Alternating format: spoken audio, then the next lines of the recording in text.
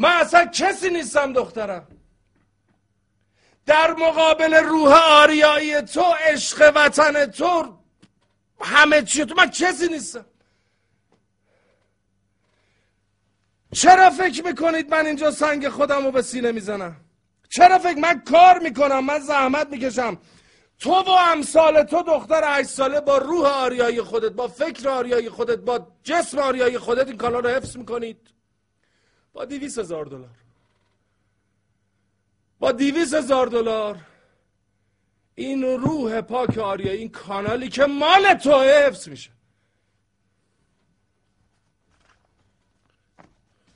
ولی منم بلدم گدایی کنم، حمال منم بلدم گدایی کنم مثل این یارو حسنی بد پاشم برم ننم و بابام و میمی و کامی و رامی و همه رو بردارم ببرم تو اون حراج کده مال و جان و ناموس و کثافت تو دبی کنسرت بدم، پول جمع کنم. من گدایی نمی کنم. من برای وطنم، به عشق وطنم و به هموطنم میفروشم.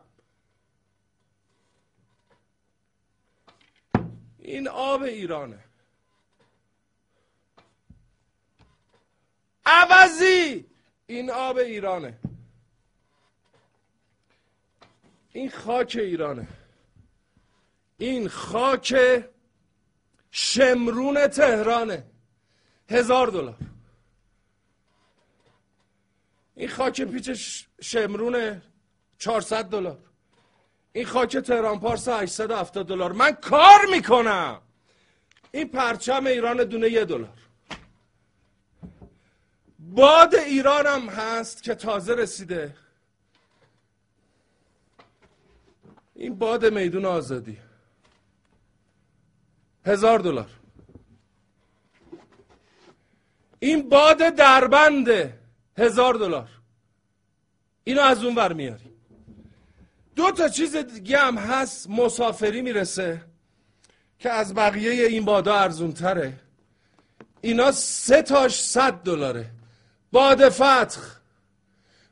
فتح ایرانی.